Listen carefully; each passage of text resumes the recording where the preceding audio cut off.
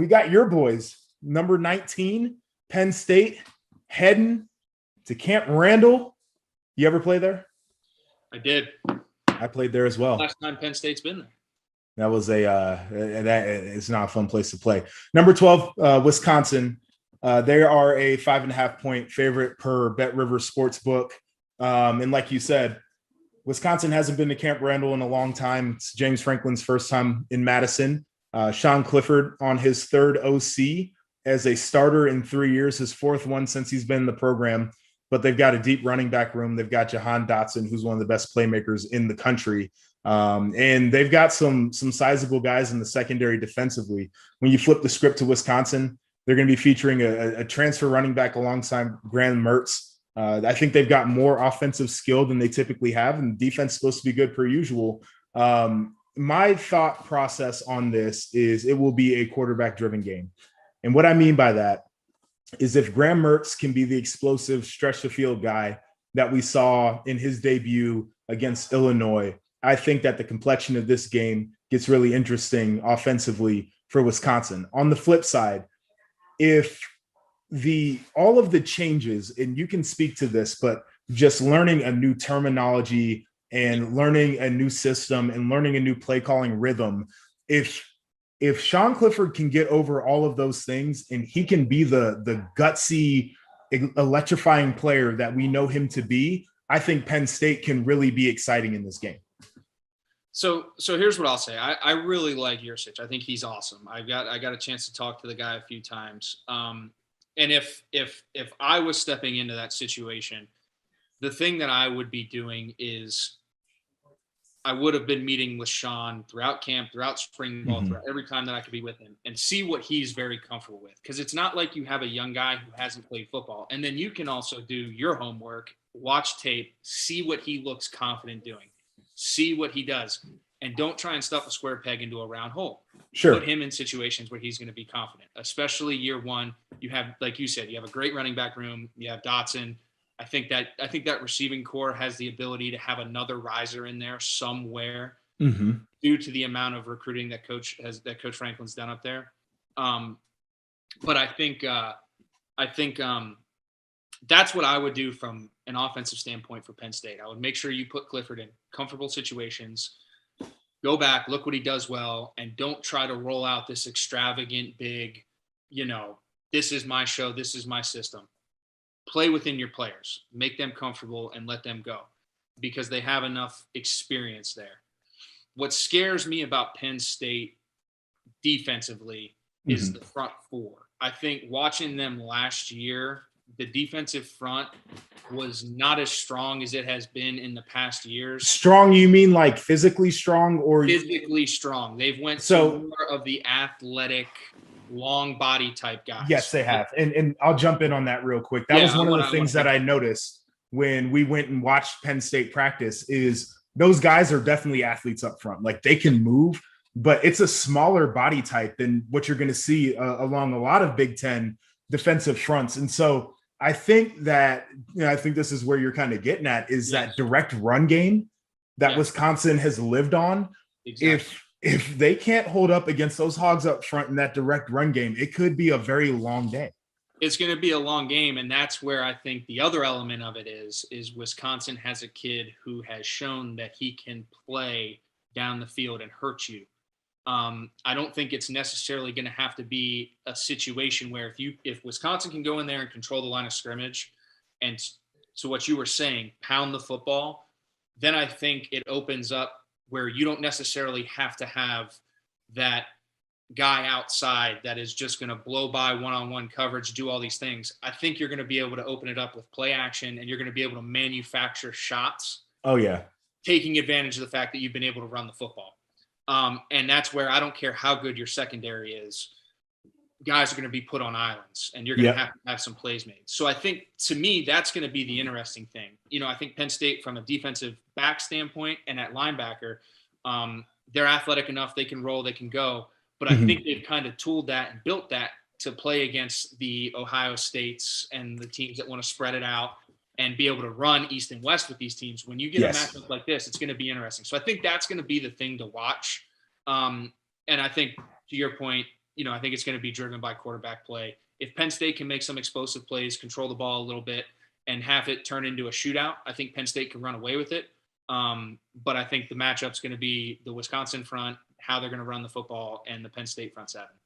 Okay, so two things off of that before we move on. I think you hit it spot on in terms of the way that Penn State's defense is set up. I think that they are one of the only teams in the conference that can get near the speed on the field that Ohio State has. And I think that's what they've been chasing. And I think that's what it would really take to be able to pull that signature against Ohio State, is to have those guys who are athletes out there on defense. So I think that's a very astute point that you made. Second thing is, I freaking love doing shows with quarterbacks because you're speaking the language and you're talking about this play action and putting guys on islands. And like, I'm getting flashbacks and nightmares of being a defensive player when a team is just like running the piss out of the ball. And then like everybody's sucked up in the run game and you're like, oh, ball's going over our head. It is just like, oh my God. So yeah, I mean, this could be really interesting. It's a thing of beauty, bro. Like that's the thing. For you? Yeah, I know, but that's why I feel like there's so many fads in football, but like if you can run the football, yes, you take the matchup aspect out of it and you can manufacture big plays. Yes, you can. And as a quarterback, like that, I mean, that's my baby. That was my system that I loved. And unfortunately, like, there's been this whole change and all that stuff, but I just love that, like, old school, pound it, work off big play action, get the guys on the edge, because I think it just eliminates so much of the things that you're talking about that the game has become. The matchup game, it now becomes a game of physicality and execution. And you don't necessarily have to have these guys that are going to run by you. You're going to create that separation through your tempo, your play calling, and how you do things. So I think there's nothing like for Wisconsin. I do too. And it's nothing like flipping on a game and watching two guys in a route and it's just like a big play touchdown. And it's like, okay, they had, basically 6 or 7 guys to cover two. And it's just the way that you can create that delay and create that space in the back end. And it gives you that edge. I'm with you 100%. And so that kind of leads into this next matchup here, where you've got number 17 Indiana visiting number 18 Iowa. Iowa is a 5.5-point favorite in that game. And Iowa's going to be that team in a lot of ways. And I think Spencer Petras is that pro-style quarterback built in that mold. And they've got Tyler Goodson, who is one of the best running backs in the conference, who can get you that downhill game. And Tyrone Tracy is a wide receiver for Iowa who can be that guy. And it's not just, I think he can separate without the play action, but you get him in that situation and it can be very dangerous. When you flip it to the other side, Michael Penix Jr. is now returning, and they've got Ty Freifogel at wide receiver, and they've got a defense that's got a couple of returning All-Americans, Micah McFadden at linebacker. You've got Tywan Mullen at quarterback and a bunch of other guys that can play in a really active front seven. And so as I evaluate this game, this is what I'm going to be looking at, is Iowa's going to have to handle the defensive looks from Indiana. And they put it on tape all last year, but that front seven is going to be active. You never know where the blitz is coming from. You never know who's actually going to be in the rush. It's going to be simulated pressures. It's going to be 4-man rush. It's going to be 5-man go. They're going to send 6 at times, and they have to be prepped for all those looks. But on the flip side, Iowa's defense is so different, where they don't really blitz all that often. And so as a quarterback like Michael Penix, who's a big play guy, it's going to test his patience, because that's where they get you into mistakes. And that's where they can start taking the ball away, is when you start going after a defense in a more aggressive manner than they're playing you, you're putting yourself in a very exposed position. And I think that's going to be the matchup of the game. I agree with you. I think the bend don't break philosophy and just playing sound defense has kind of been something that Iowa has always done. I don't think they've ever been really complex. To me, Iowa lacked consistency outside of the red zone last year. They were the number 1 team in the Big Ten in terms of red zone percentages and conversions. So I think offensively for them, it's going to be, can they put it all together? Can they have a consistent attack that's going to keep them on schedule and move them up and down the field and give them the opportunity to do what obviously they have already done well, is score when they get chances, when they get inside the 20-25. And I think from an Indiana standpoint, I think your points about the defense is very, very solid. I think they're going to thrive on takeaways and confusion. So Spencer Petras is going to have to stay on it. He's going to have to be prepared, and he's going to have to be able to handle those things, whether it be run game opportunities or pass game opportunities, whatever it is. He's going to need to be able to handle that, and they're going to need to have him prepared to do that. But I think Indiana, this is a chance for them to continue to ride off the momentum of last year. I know that, the Ole Miss game kind of hampered that a little bit, but they still have had high expectations all offseason heading into this one. And then to your point, the Southpaw, Michael Penix, is back. Mm-hmm. I think everything's going to run through him this year for them. And if they can ride the momentum and he can continue to play really well and the defense can continue to give him opportunities, some takeaways, some short field opportunities, the offense is powered to score a lot of points. They're very high powered. I think, they have a great receiving core that can stretch it and win one-on-one matchups. So I think that's going to be unique. So I think you hit the nail on the head with your points. And, to me, just adding a little sauce in there, I think it's going to be run off the momentum and Michael Penix for you. Yeah, I think that momentum thing is it's one of those intangibles that is really important in the game of football. And you've been on both sides of the momentum swings. And for Indiana, this is going to be a huge moment to capitalize on. And I don't think that the bowl loss really stifled any of that momentum. They're sitting here in the top 20 as we speak right now. And so, like you said, for them, they've got to be able to continue and to capitalize on that. And I think Tom Allen is the perfect leader for that because he's a guy who's high energy, but he also really cares about players. So he's going to make sure that they're mentally right. But he's also, one of the things that he does, I don't think he gets enough credit for this, is he is a phenomenal teacher. So when it comes to in-game adjustments and when it comes to relaying information to his team, he does that just about as well as anybody that I've ever met. And I think when you get into these games, that's where it matters. Can you rally the troops? Can you communicate all the changes and the corrections that are going on? And can you keep guys bought in and motivated through all the ups and downs? Can they ride that wave? And so this one's the hardest one for me to call out of all the big games that we're going to see this weekend, because I do think that they are pretty evenly matched teams.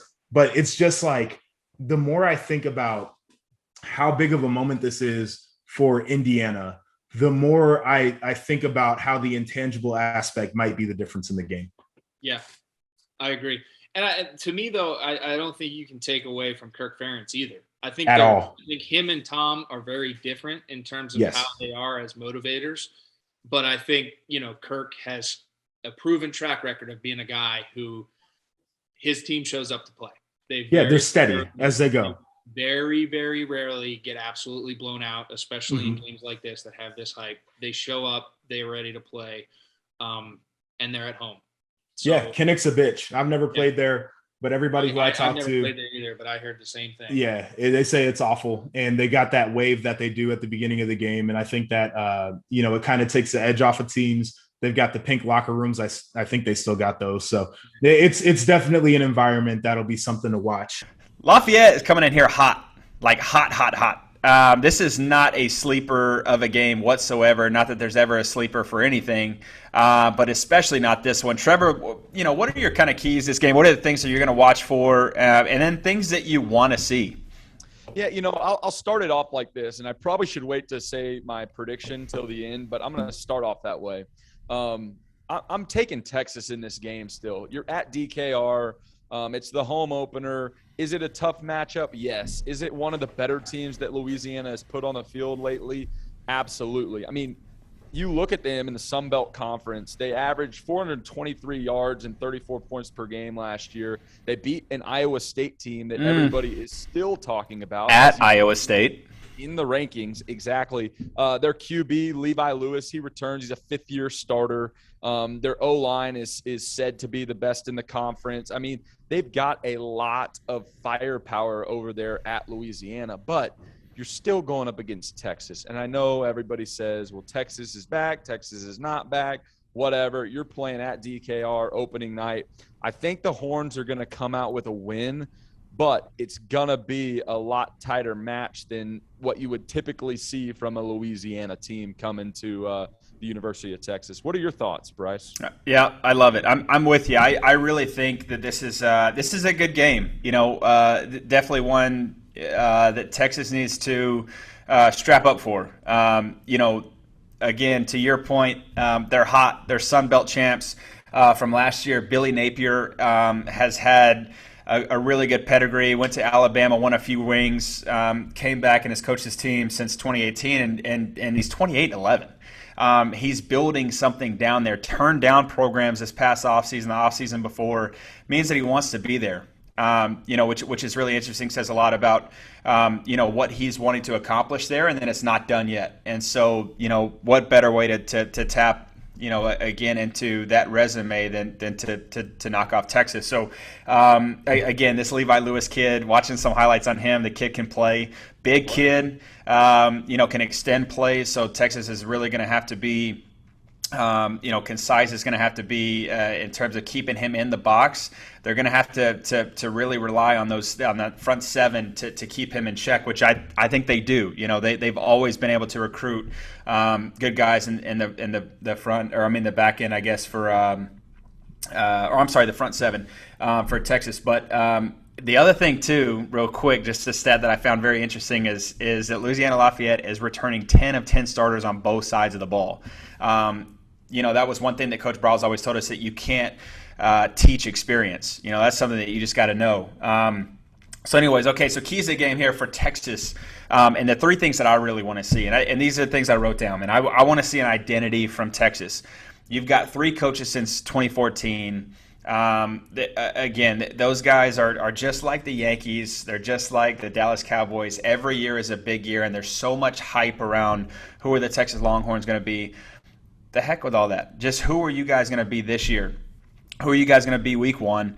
And I hope that they come out and really put a stamp on that. Second thing is just leadership. Who is that guy that steps out? Is it Hudson Card? Is it Bijan Robinson? That guy is a freak. I think he's going to have a big year. And Hudson, man, don't feel like you got to do too much. Let it run through Bijan, man. Let those guys, the big boys up front, keep feeding those guys tacos. Get them a couple endorsements from a couple of, Velvet Tacos down in Austin.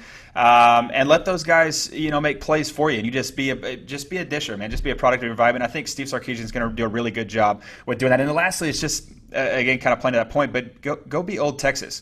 Old Texas was a group that came in, and every kid in high school, if Texas came in the door, it was oh man, I can't wait, right? They slap an offer on your desk, you're taking it. Not anymore. Go back to Old Texas. Go be that group where you're about to head out to the SEC. This is your time to kind of solidify that town in Texas, in the state of Texas, and not only that, but just nationally. Go make a mark for yourself. My 3 points and kind of the keys to the game. I'm going to call out the Texas fans. I was listening to Pardon My Take, and they had Kirk Herbstreit on, and he was describing Austin as just different. And I don't know if it's the people that go to the University of Texas now or not, but there's just not that moxie from a fanship standpoint that there used to be. And I get it. You're not going to the national championship every year like when Colt McCoy was there and so on and so forth. But you're still the University of Texas. You go to State College up at Penn State, and they're rocking out no matter what the record is. You go to College Station, they're rocking it out no matter if you have Johnny Football or not. We need that type of fanship back in the Big 12 this year, back down in Austin, so that when you go there, it's a top 10 place to play in the country. So I'm calling out the fans down there in Austin. Secondly, I'm calling out the coaching staff. Key to the game, obviously, new coaching staff. Steve Sarkisian coming from the SEC, a lot of success there under Nick Saban. What's his demeanor going to be like? Has he got those guys ready to play? Does he got them fired up? And are they going to go out there and, maybe have a little rust at the beginning, it's, some of those nerves, but then really get it going and see a different product than we've seen in the past. And, Sam Ehlinger was the guy that was kind of the glue that held everything together. Are we going to have a quarterback? That's my third point. You got a new, fresh starter in Hudson Card going up against a veteran there at Louisiana. And so who's going to come out on top and be able to lead their team to victory? So that kind of leads us into the betting odds. And Bryce, I'm really, really curious to hear who your prediction is from the Bet Rivers line this week. But before we do, let me tell you guys a little bit about our partner in Bet Rivers, and we're so thankful for them. We got a sponsor, Bryce. People like us, man. Or we lucked out, one of the two. I know. They couldn't find anybody else. So Bet Rivers is online sports book, guys. Right now they're offering a $250 match play bonus, and they just require you to play once to be able to tap into that. When you win at Bet Rivers, they pay fast, and now more than ever, they pay with Rush Pay, which gets you your money really, really quickly, and it gets it to you in cash money, Bryce. And so I just encourage all you guys to go to betrivers.com today, download the Bet Rivers app on iOS or Android. Of course, you must be 21 years or older. And if you got a gambling problem, Bryce, we got to say it, 1-800-GAMBLER. But Bet Rivers. So let's look at a couple of these lines, and we'll stick here with the Louisiana-Texas game. But Bet Rivers has the line at Texas minus 7.5. Bryce, are you taking the Horns or are you taking the Raging Cajuns? Man, to be totally, no, I like the Horns, man. I think that they're going to come out with a spark. Again, it's hype. I think Steve Sarkisian is going to get these guys ready, and I think he's going to come with a certain kind of tenacity. And I was actually looking at an interview that he's kind of playing in between, Pete Carroll and Nick Saban, and what he learned from Nick Saban, being that disciplined, know your role kind of coach. And I think that there's a certain he's a guy that can play both. He can play the rah-rah like Pete Carroll, and he can also get discipline. And I think discipline is exactly what the guys need down, the boys needed down in Austin. I'm gonna take the Longhorns there. I like 7.5. What you got, buddy? I like it. So I'm going to go with the kind of a little different bet. They've got the over/under at 57.5 points, right? Yeah. I got the Horns winning 31-24. So I'm going to go ahead and take the over. Carry the there. 5. Okay. I'm going to take the over. I think, again, probably not a great bet week one, especially with a new quarterback there at Texas. But 31-24, final answer. I'm taking the over there with the Horns winning it all. Yeah, I like that. I like that play. I got a little bit higher. I got, because, again, everything you hear about Raging Cajuns is their offense. They do have two dudes up front that are pretty dang good. But, with Bijan Robinson leading the group there, I got him 35-24. Cody, now we got to move on to your alma mater, man. The biggest game of the day. Biggest game of the day. From the SEC, you have number 5, Georgia. From the ACC, you have number 3, right? Clemson's number 3. Number 3, Clemson. Number 3, Clemson. And when you look at the numbers, the betting lines on this game, Clemson is favored -3, but the total points is 51. And honestly, the way I feel about Clemson's offense, I'm taking the over on that.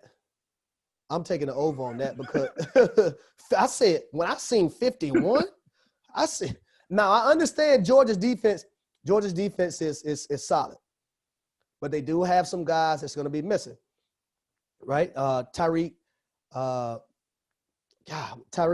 Smith, who transferred from West Virginia, he's not going to be playing in this game. I think that's going to be big for Georgia because I think if it's one area on this defense that they lost a lot of guys, it was in their secondary. They had a lot of guys from their secondary move on to the next level. And for Clemson, when you talk about Clemson, and they do Georgia, they get Darian Kendrick, who actually transferred from Clemson. So he get to go, he gonna be talking. He gonna be talking shit. Doesn't he mess around and jack one of them boys up on that sideline for Clemson? That boy gonna be talking shit. Right down the road too. He from right down the road in Rock Hill, so this is like a home game for him. So he got something on his mind. He at the crib. He gonna be talking shit. Cody, Absolutely. He ain't sparing nobody. And the way he left Clemson too, so he got a chip on his shoulder. He got something on his mind. But I tell you, he got a tough task.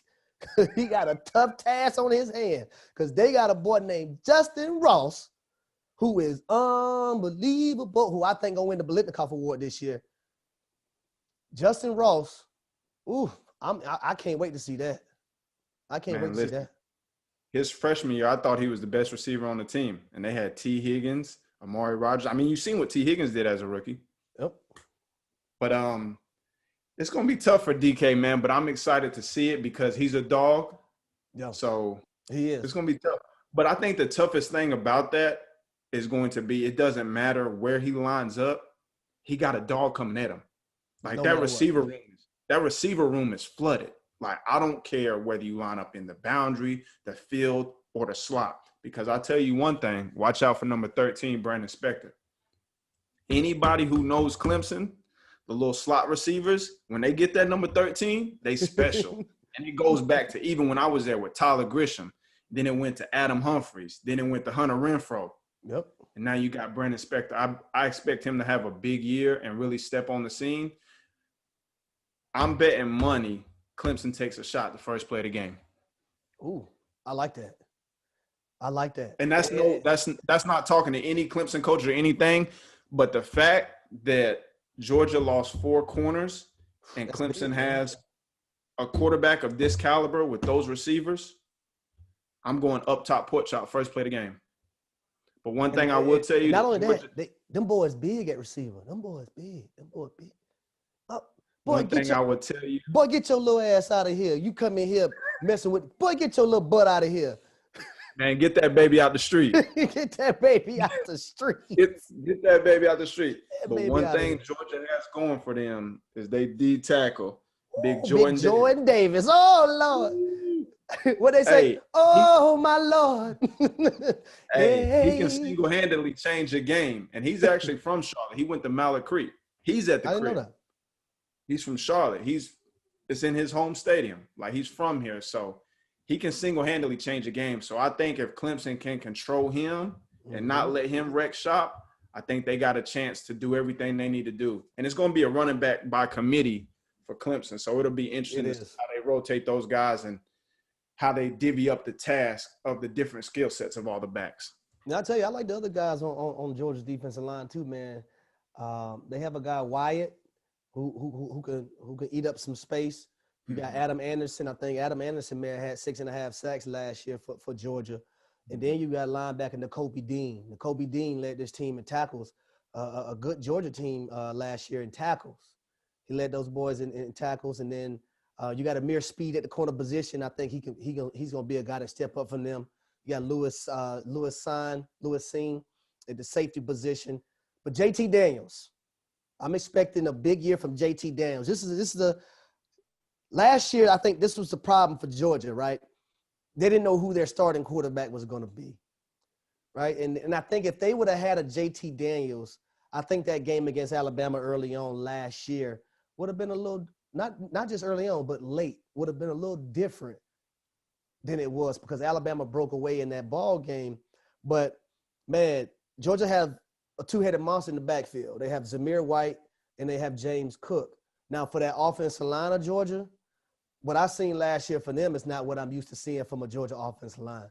I'm used to seeing them win the point of attack, winning the line of scrimmage, put some people back, Georgia rushing that football because you look at all the running backs that didn't came out of Georgia, right? You look at all those guys that came out of Georgia. Tony Michelle, Ty Gurley, Nick Chubb. You have all these guys, right?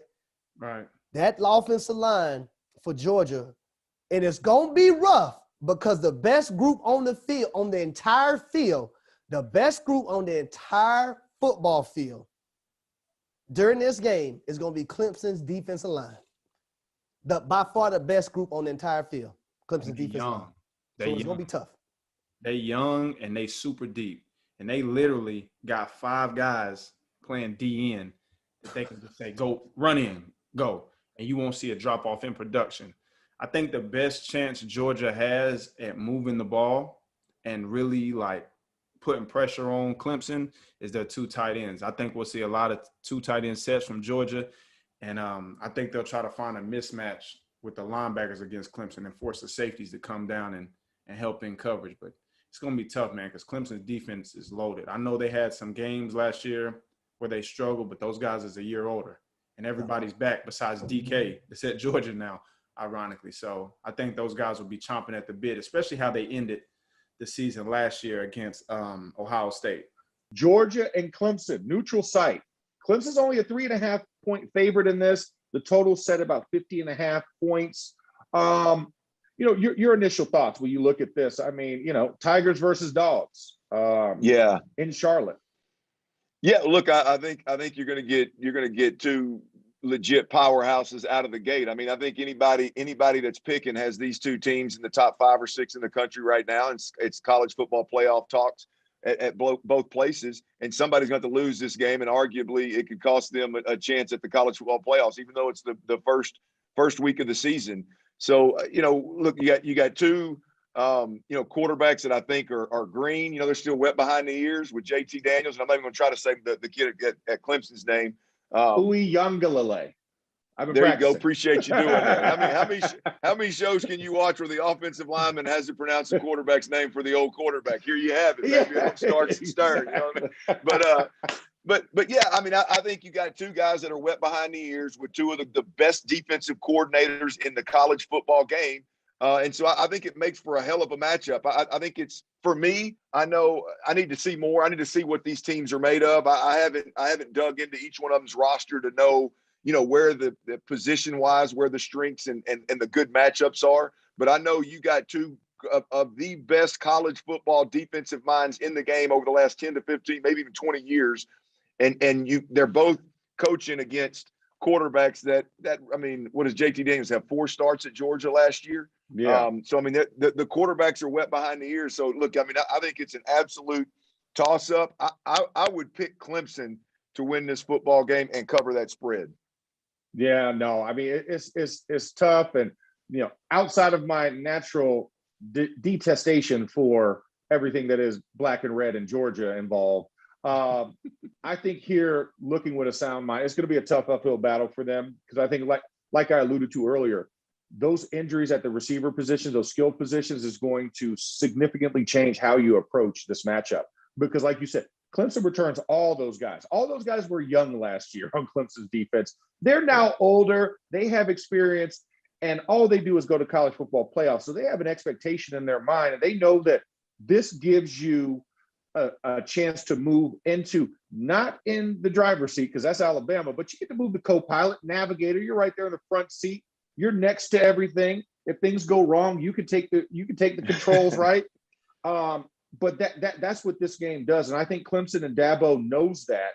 And Dabo's not going to miss an opportunity to go ahead and get that edge up, so that leave no doubt. Let everybody else talk about 3 and 4. Just move me to number 2 after this victory, and then we'll just ride it on out through the ACC schedule. So I'm with you there. And going to Charlotte, it's not the normal confines for Georgia. They will travel well because it's just there in North Carolina. But Clemson, that area, that's pretty much, northern South Carolina when it comes to the Tigers and their love. And this is the big one. This is the big one. It's not the biggest one of the weekend, but it's another big one. A lot of big dogs out on this field. You have the Miami Hurricanes versus the University of Alabama. And in that game right there, I think Alabama is favored. Alabama's minus 19. The total points in that is 61.5. And that's crazy, right? When you're facing a team that's you going against a top 15 team, and you minus 19. And think about all the guys 19. Alabama lost. Yes. They minus 19. Think about that, man. That's unbelievable. But you got quarterback for the Miami, De'Aaron King, versus Bryce Young. And I'm itching to see Bryce Young play. I know what De'Aaron King can do. I want to see what Bryce Young will be able to do. Last year under Mac Jones, I think this offense went more to a pro style, right, under Steve Sarkisian, because that's the kind of quarterback Mac Jones was. Now Bill O'Brien has come from the NFL, and he's the offensive coordinator. But I think they have to go more towards what they did with Tua, the RPO game, right? Letting Bryce Young use his athleticism to help this offense in that way. And I'll tell you, a position for Bama that I'm interested to see, right, is the wide receiver position. I'm looking at this wide receiver position because they have Mechie, they have Bolden, but Jamison Williams and another guy, I think Ajay Hall, he a young buck. Man, I'm telling you, he gonna be the next one at Bama. You know, Bama does nothing but produce receivers, but I think he's gonna be the next one for Bama. And then they have Brian Robinson at the running back position.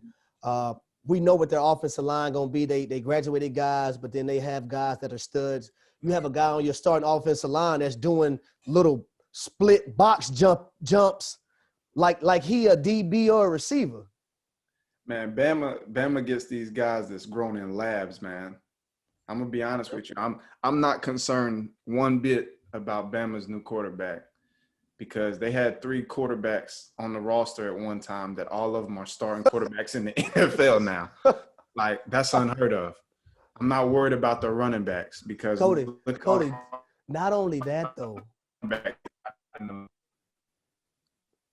Cody, not only that, they had 4 receivers along with those 3 quarterbacks and like 3 old linemen along with those quarterbacks, and then 1 running back who all went in the first round of drafts. So they reload. You want to know the definition of we don't rebuild, reload? Is Alabama. But let me tell you about what I'm nervous about for this game, for Miami. On Miami's side, I'm worried about Miami dealing with the front 7 of Alabama. Alabama's front 7, listen, they have DJ Dale, they have Mathis, they have Christopher Allen. Then you have Will Anderson Jr. coming off the edge. You have Christian Harris. You have the transfer from Tennessee, and I'm hoping I'm pronouncing his name right, Henry Toy. I think that's how you pronounce it. But you look in the secondary, they have Malachi Goodman. They have Josh Jobe on the other side. They have a solidified safety in Jordan Battle. Now, Miami got a damn good safety too, and Buddha Bolden. Now, he a dog. But I think when it comes to this game, I think Miami's front 7, I think Miami's defense, period. I mean, Alabama's defense, period. But their front 7 can dominate this ball game if Miami's offensive line aren't on their P's and Q's. But to their credit, when you look at Alabama defense, you look at Nick Saban over the years, you look at Alabama defense, a dual quarterback has given this defense problems. You look at guys like, I'm trying to remember, you had a Deshaun Watson, you had a Cam Newton, you had a Johnny Manziel, you have a Cardale Jones, you have a Nick Marshall. All those type of quarterbacks who are dual threat guys give this type of defense problems. Man, I'm going to be honest with you. The only chance Miami has to even compete in this game is for their quarterback to be the best player on the field. He's going to have one of those Cam Newton performances, Vince Young versus USC in the championship game, Deshaun Watson versus Alabama. He's going to have one of those performances. They're returning 19 starters, which is good, but I just think Alabama has too much. And the reason why I say that is because the way he runs around and throws the ball and makes things happen, Alabama has 4 linebackers that are NFL ready right now, today. They could go into an NFL locker room right now and compete and help any team out in the league. So I just think it's going to be tough for him. And then he's coming off this ACL injury. I, knock on wood, hope they take care of this young man and don't throw him out to the wolves and truly give him a chance to be the best version of himself and have a future playing this game. I hope they don't stunt his growth per se. Yeah, coming off of this injury. But it'll be interesting to see.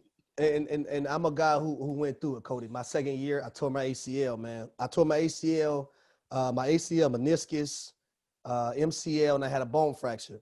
And I tell you, I don't wish an ACL injury on my worst enemy. Man, them boys used to have to strap me to a table just to work on my flexion, right? They used to strap me to a table, and man, my little slim self, I was every bit of 160 at that time. Man, I done slid through that shit, then slid through, Cody. They said, how the hell did this boy slide through being strapped to a table?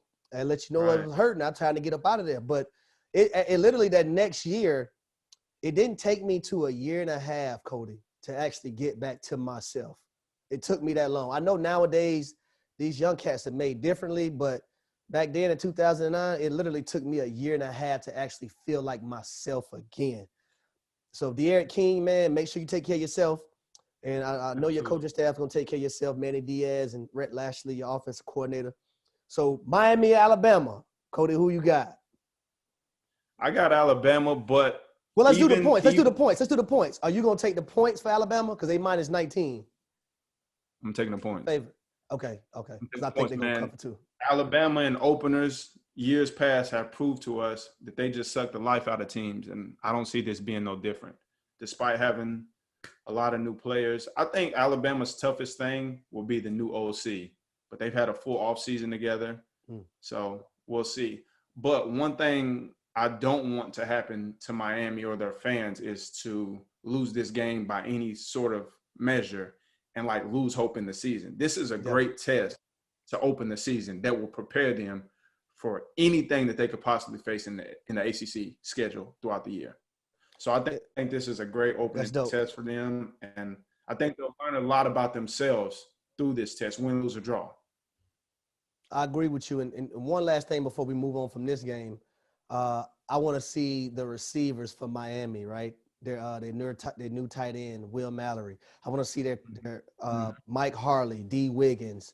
I want to see Charleston Rambo against that secondary that I mentioned, Malachi Moore and Josh Jobe. I want to see these receivers for Miami. Can they win one-on-one? Because, listen, Bama going to play man coverage. I want to see if they can win one-on-one coverage versus Alabama secondary, right? It's all about winning on one-on-one matchups. Can the skill positions of Miami do that against the Alabama defense? That's what I'm looking forward to seeing. Then Miami coming to Alabama. And let's face it, Alabama is a 19-point favorite in this game. The line's at 61.5 points. I think that's a low line for points scored because I think Bama's going to hang a bunch on, and then I think De'Aaron King is still going to have something to say about putting some points on the board. I think that's good. I mean, where do you see this Alabama-Miami game? I mean, is Miami even a match for what is, the evil empire that is Alabama? No, look, I think Miami lost too much. I mean, outside of De'Aaron King and Rhett Lashley, I think those guys are going to be able to move the rock and put some points on the board and scheme some things up. And De'Aaron King is a talented enough player where they'll move the ball. But Alabama's defense is going to be an absolute monster this year. And I think ultimately Alabama is way too much for Miami. But I will say this, Max. I think the biggest question mark in college football this year is Bill O'Brien, the new offensive coordinator at Alabama. I think he's a guy that spent some time in college, but he's been here in Houston with the Texans for the last 7 years, I believe, before going to Alabama. I've watched him with Deshaun Watson. I've watched him with many quarterbacks along the way. And I really question, man, how he's going to be able to transition to college and how he's going, even as good as Bryce Young is, how is Bill O'Brien going to be able to get the best out of Bryce Young, knowing they lost the nation's leading rusher? They lost a Heisman Trophy winner. They lost a first-round quarterback. They lost just a ton of talent on that offense. How Bill O'Brien, how he settles in the college game, and more importantly, how he handles the quarterbacks at Alabama, I think it's going to be different than Sarkisian and Dan Enos and Lane Kiffin. The scheme that Bill O'Brien brings to the table, I think, is a major, major question. I think for a long period of time here in Houston with Deshaun Watson, he was a square peg, round hole guy, could never figure out how to put Deshaun Watson in a position to consistently win with his strengths instead of his weaknesses. I think that's going to be a real challenge for Bill O'Brien and could cause problems at Alabama. But with that said, I think they're just too good, too powerful. And with Nick at the top, I don't see them losing to Miami out of the gate. I don't think Miami has enough. Yeah, no, I'm with you completely. I think this is a completely overmatched round for Miami. I think Miami is going to be good for the ACC, but once again, when you step into the SEC arena, it's a lot different. And like you said, but I think for Bill O'Brien right now and some of the games early this year, even when he's wrong, he's right because of the talent of Alabama. That's right. And like you said, I think you pointed out some good points because you're right there in Houston. You've seen it firsthand. Bill O'Brien, I think, out schemes himself in a lot of situations when he's dealing with some of the offensive prowess of what a mobile dual threat quarterback is. I think he spent too much time up in New England and kind of just expected this to be a pocket guy. It's like, no, this kid needs to move. This kid can move and change defenses and secondary adjustments with his feet. If I shift 4 feet to the right, guess what? That cover 2 looks completely different. Yeah, and no I question. think he doesn't quite get that, and that's what you're going to have with Bryce Young. So I think it's going to be some learning pains because I don't think he has a creativity, like you said, Sarkisian, Lane Kiffin, hell, even Jim McElwain, right? I don't think he has that creativity bone in his body. I think this will ultimately led to him kind of being ousted out of Houston. The good thing is he does not have trade power, which we know is a very good asset for him not to have an ability. And you mentioned Zach Charbonnet. He did all that on 6 carries, 106 yards, 3 touchdowns. It's pretty impressive.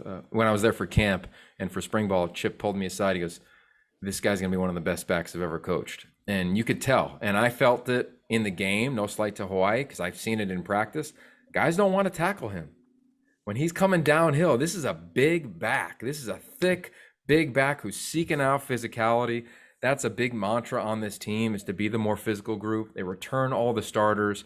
And I was texting with, and I'm not trying to name drop, but I was texting with Herb Street on Saturday during the game because he was on game day and he called out, hey, UCLA is going to be his pick to win the Pac-12 South. We all know that UCLA got 1 vote in the Pac-12 South, regardless of where it came from. No, and I'm not trying Yogi, to everybody, Yogi. He sees the build. And it was really interesting that Herb Street says it, and all of a sudden the national narrative shifts after the first 21 plays where UCLA scores 24 points. And I just think that that's the world we're in. But I was appreciative of him, saying that. I was texting him as the game went on, like, this team is physical, man. If they don't make mistakes, and to Michael's point, if Dorian plays well, they're going to be in this game against LSU late with a chance to win it, not just to hang on. And I think the best thing that happened to the Bruins is Dorian not playing well, because he's going to feel it all week. He felt it after the game in his press conference. He felt it on social media. He's feeling it at practice now. I expect him to come out and play one of the better games of his career. I'm curious, you guys, you're talking about Charbonnet. We all saw this. And the one play in particular, the one touchdown run where he ran through and over about 5 defenders. And so I'm thinking, we think of Chip and Oregon, and you think of LaMichael James or DeAnthony Thomas. You think of the smaller speed, incredible speed. And you forget LeGarrette Blount. And remember how Chip had to literally address a LeGarrette Blount discipline scenario after the very first game of Chip's head coaching tenure. But LeGarrette Blount became a heck of a weapon for those Oregon teams. Could Charbonnet be, maybe not an identical, but is it that kind of a back for UCLA? I think he is. It's a really good comp. The thing that's great about Charbonnet is that Britton Brown is a compliment to him as a big back. So it's not like he's the only big back that can get the carries like LeGarrette Blount was. So I think you're going to see fresh backfield for UCLA, man. And if they can get 3 explosives a game, you saw what they did when they got it to Kaz Allen for, I think it was 44-yard touchdown, right? They can create some of those in the passing game. They'll be challenged. They're going to see the best corner they might face all season long. LSU has that in Stingley. So I look forward to watching this one. Thanks for watching the video, guys. If you liked what you saw here, please hit that like button. Please hit that subscribe button. Maybe leave a comment. Interactions like that really do help grow the channel, and they help more people like you find this content. So if you liked what you saw here today and you want to help me out, that's all you got to do.